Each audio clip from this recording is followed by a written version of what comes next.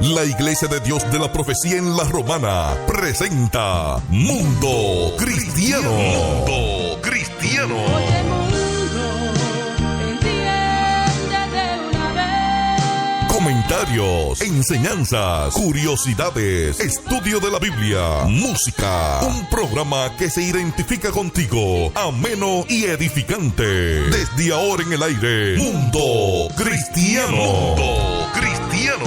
Oye, mundo, no trates de cambiar con tu esfuerzo, pues vas a fracasar. Al único y sabio Dios sea la gloria y el poder por los siglos de los siglos. Este es su programa Mundo Cristiano, órgano oficial de la Iglesia de Dios de la Profecía aquí en la ciudad de La Romana, y como cada jueves yo soy el pastor Alvin Carrasco. Hoy vamos a hablar de Ha nacido el Salvador. Ha nacido el Salvador, y vamos a ver algunos puntos desde la salvación y sobre todo desde la perspectiva de qué creemos nosotros sobre la salvación por gracia. Antes de esto, quiero informar que la Iglesia de Dios de la Profecía está ubicada en la calle Espaillat número 86, en el centro de la ciudad de La Romana, Iglesia de Dios de la Profecía Central, la cual pastoreamos, y tenemos servicio los martes y jueves a las 7 de la noche, los martes verdades bíblicas, los jueves tenemos servicios de alabanza y adoración, y también tenemos servicio los domingos desde las 9 de la mañana con nuestra escuela bíblica hasta la 1 de la tarde. Terminamos la escuela bíblica y seguimos ahí con el servicio a las 11 de la mañana. Pero este domingo 18, el servicio no será a las 9 de la mañana, sino que tendremos la escuela bíblica a las 3 de la tarde, de 3 a 4:30 y de 4:30 a 6 de la tarde. Entonces tendremos nuestro servicio de acción de gracia. Igualmente para el 18, esto es para este domingo 18, para el domingo 25 tendremos nuestro servicio a las 4 de la tarde. Es decir, que los servicios dominicales ya para cerrar el año serán en la tarde. Gloria al Señor. Y el 31 esperaremos el año con júbilo, con gozo. Así que las puertas estarán abiertas el sábado 31 desde las 9 de la noche para que usted venga a gozarse con nosotros y a darle la bienvenida, a despedir el año viejo, a decirle adiós y a darle la bienvenida al año nuevo. Gloria al Señor. Quiero informarle que este sábado los jóvenes tienen una actividad a las 6 de la tarde. El área de los jóvenes, el área número 5 de aquí de La Romana, cierra con todos los jóvenes de la Iglesia de la Profecía aquí en La Romana, se juntarán aquí en la Iglesia Central para cerrar su actividad de área durante este año de trabajo. Así que todos están invitados, venga a gozarse este próximo sábado. Quiero recordarle también que la Iglesia de Dios de la Profecía en la Prolongación Altagracia, pastoreada por Jesús y Mari y Jesús William, tienen el honor de invitarle al concierto, al gran concierto. Se enciende el fuego con la alabanza, donde estará Felcis Jones, estará Rocío Croc y estará la orquesta Revelación Maranata. Allí estarán estas tres entidades adoradoras del Señor el viernes 16 desde las 7 de la noche. Así que les esperamos allá en la Prolongación Altagracia. Bien, vamos a entrar en nuestro estudio del día de hoy. Vamos a hablar un poco de cristología. Alguien me preguntaba, pastor, ¿y esto de cristología qué es? ¿Una ciencia nueva? No. La cristología no es una ciencia. De hecho, la cristología es parte de la hermenéutica, parte de la teología, más bien de la teología, que se encarga del estudio de Jesús como Cristo. Es decir, es la parte de la doctrina cristiana que tiene que ver con la revelación de Dios en Cristo y se trata del estudio de la naturaleza de Jesucristo y en particular de la relación entre lo divino y lo humano en Él. Lo que señala el libro de Filipenses en el capítulo 2, versículo del 5 en adelante, cuando habla de que haya en vosotros el mismo sentir que hubo también en Cristo Jesús, que no tomó el ser igual a Dios como cosa a que aferrarse, sino que se anonadó. Entonces, aquí la cristología lo que busca es ver esa relación, esa particular relación entre lo divino y lo humano en Cristo. Cabe destacar que tradicionalmente esto se ha expresado en la doctrina de la encarnación de Cristo, de cómo Cristo, siendo Dios, se encarnó en un ser humano. La doctrina de la unión de las dos naturalezas, la divina y la humana, en la única persona de Cristo. De eso se trata.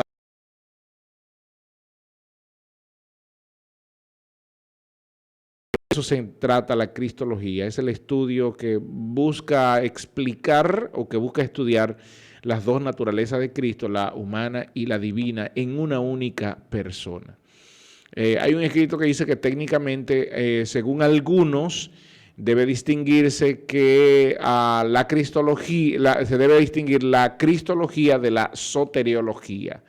La cristología es la doctrina que se encarga de estudiar a Cristo como ser humano y como Dios, la naturaleza humana y la divina en una persona. La soteriología estudia la doctrina de la salvación. Son dos cosas diferentes. Una cosa es estudiar al Salvador, a Cristo, el Mesías, y otra cosa es estudiar la doctrina envuelta en la salvación.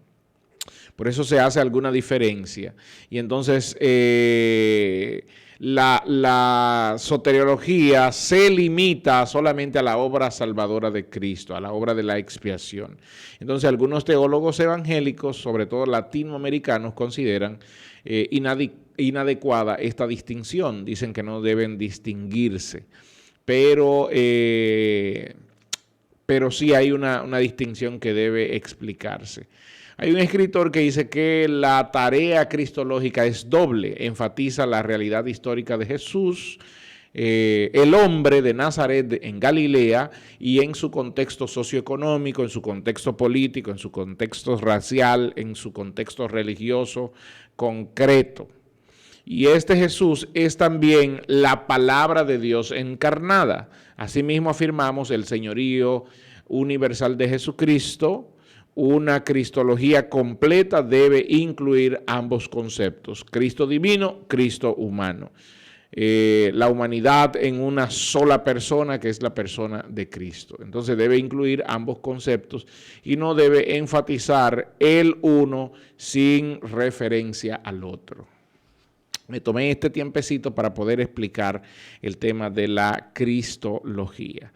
Entonces, ¿en qué nos vamos a basar para decir que nació el Salvador? Lucas capítulo 2, versículo 8 dice, había pastores en la misma región que velaban y guardaban las vigilias de la noche sobre el rebaño. Déjenme hacer un paréntesis aquí. Cabe destacar que todo el pueblo necesitaba un Salvador, pero la perspectiva de los hebreos en ese momento, bueno, ya no de los hebreos, sino de los judíos en ese momento, era una perspectiva de salvación política. Recuerde que durante los últimos 40 años los romanos habían gobernado, habían dominado a los judíos.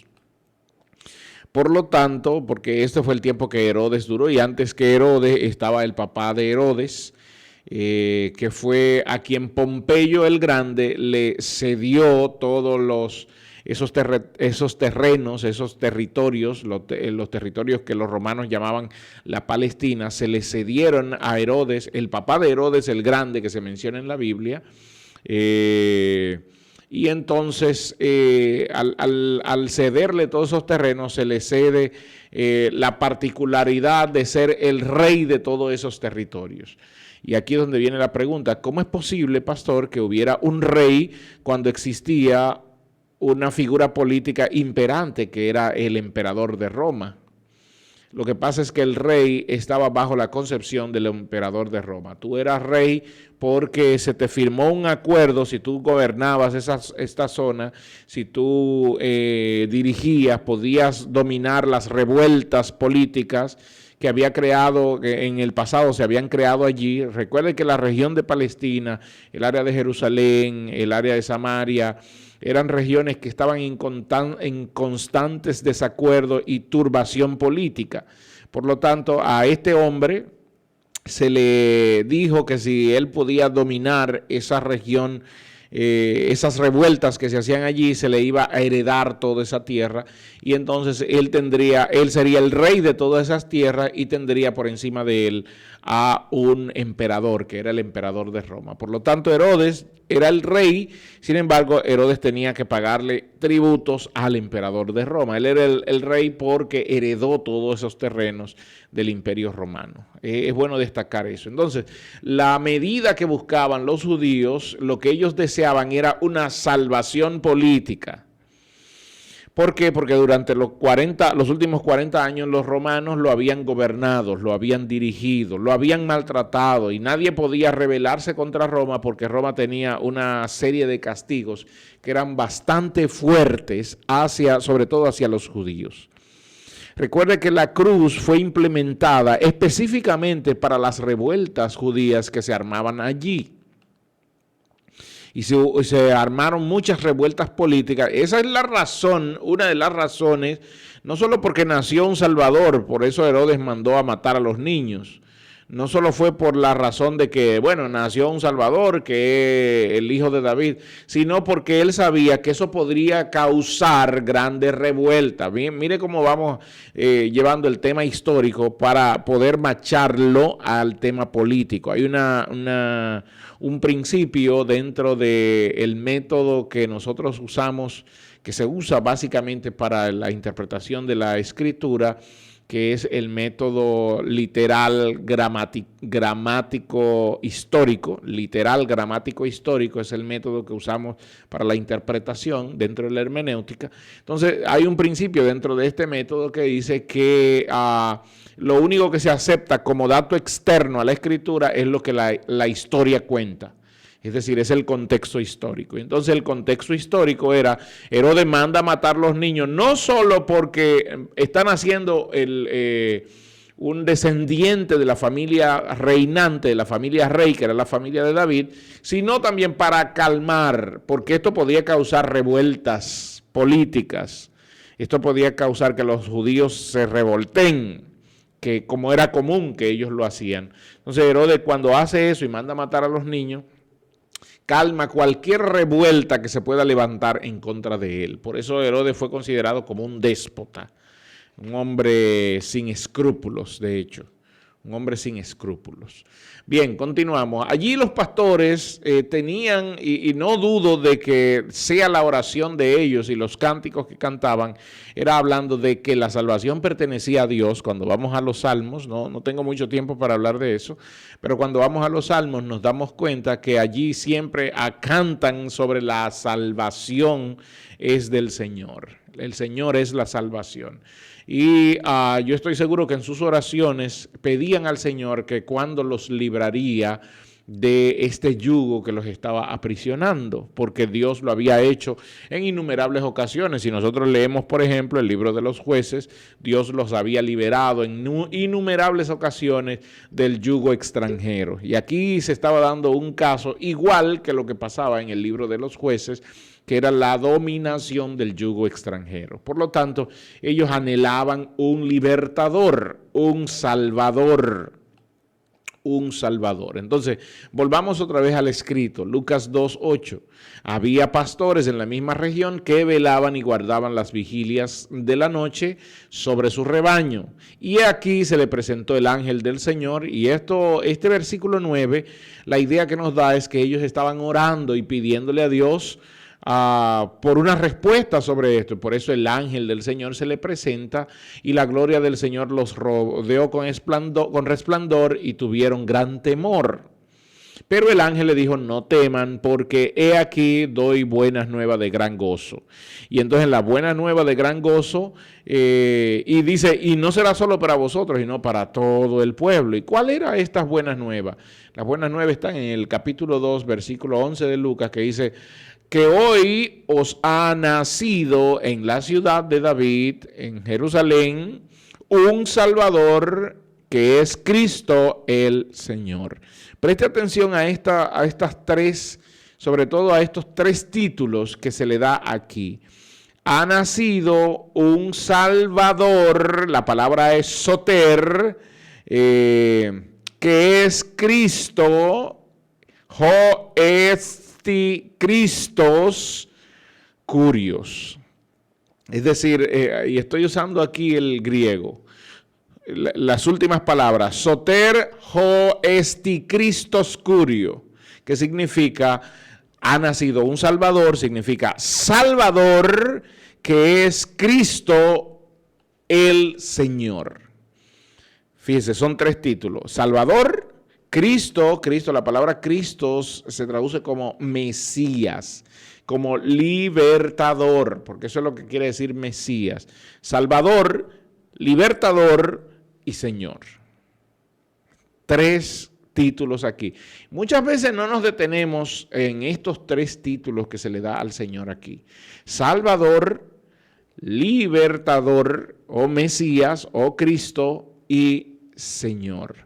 Y cuando dice en la ciudad de David, ha nacido hoy en la ciudad de David, quería también decir como que era de la casa de David, porque es la referencia que está dando ahí, es que viene de la casa de David. Cuando dice la ciudad de David, básicamente lo que representa o lo que quiere decir es en la casa de David. De hecho, el término que usa es polis David, que es en la casa de David, en el territorio de David.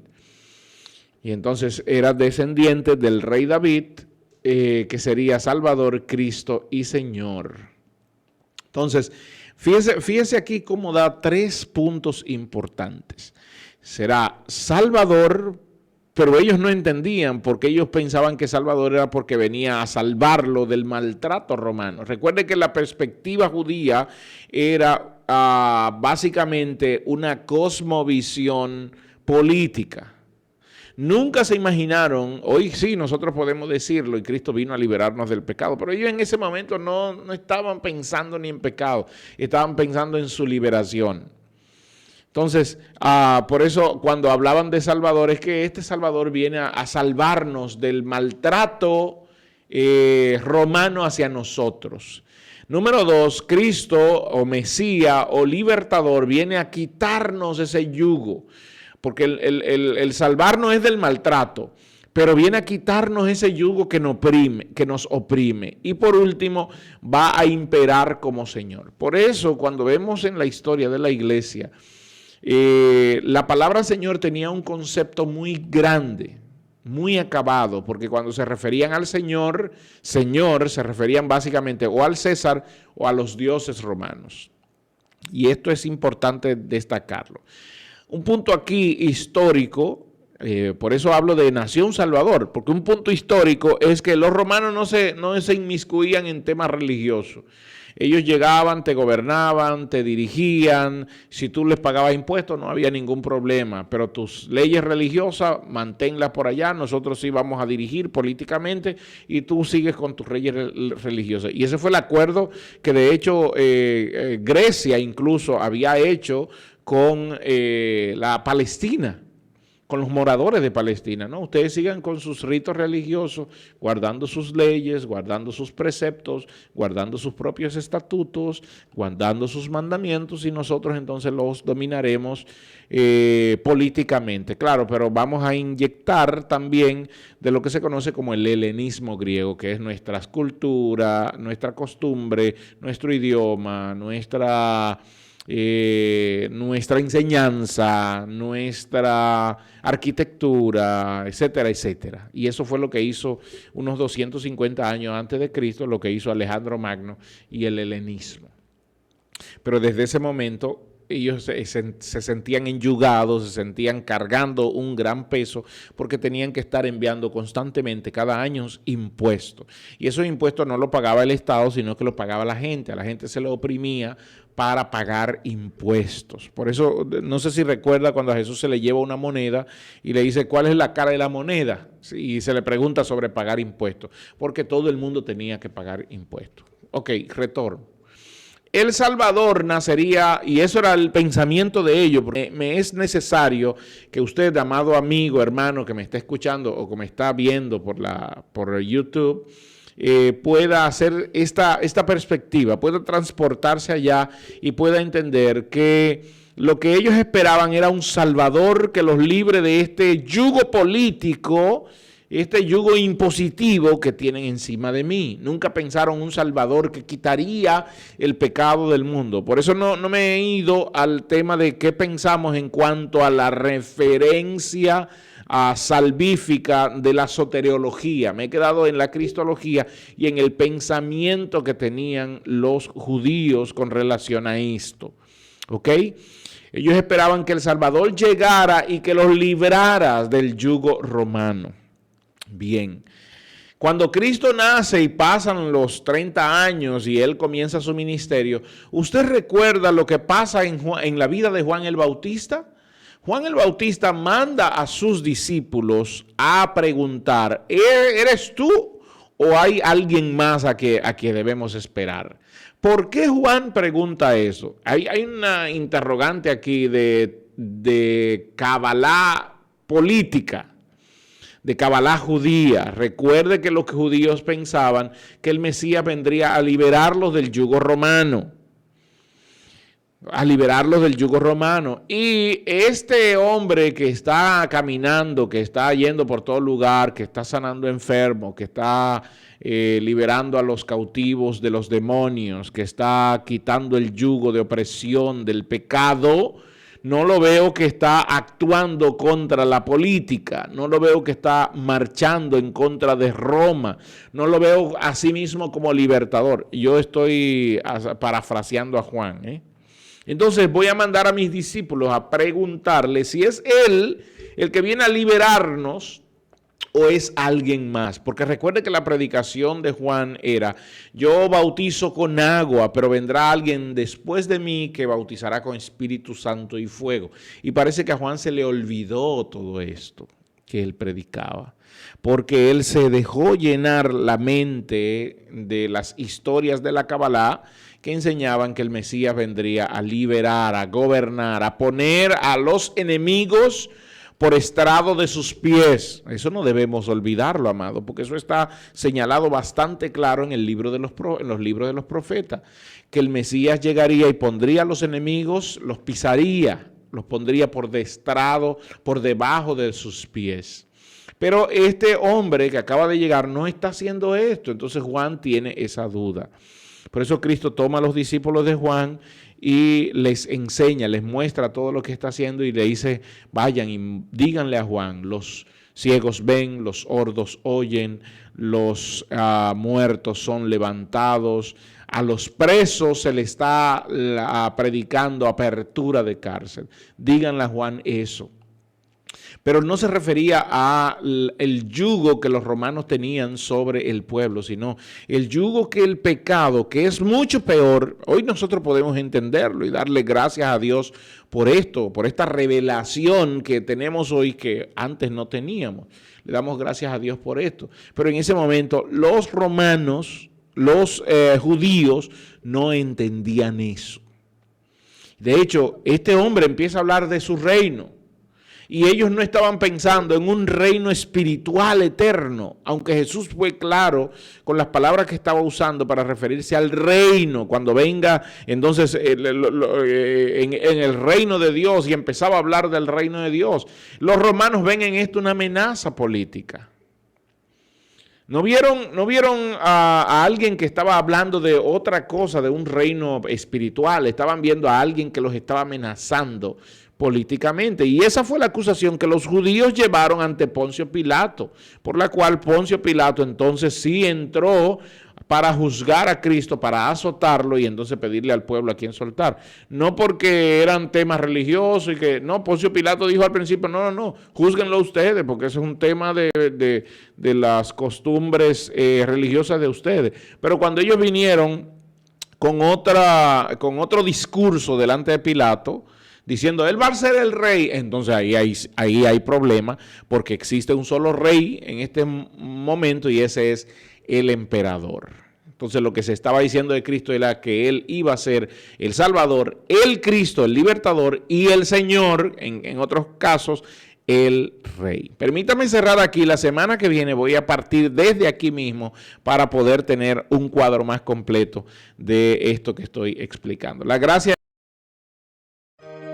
Hemos presentado Mundo Cristiano. Mundo Cristiano.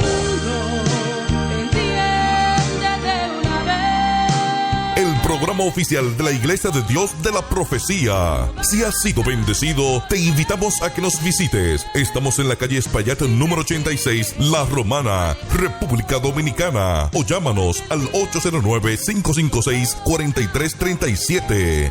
Hasta la próxima.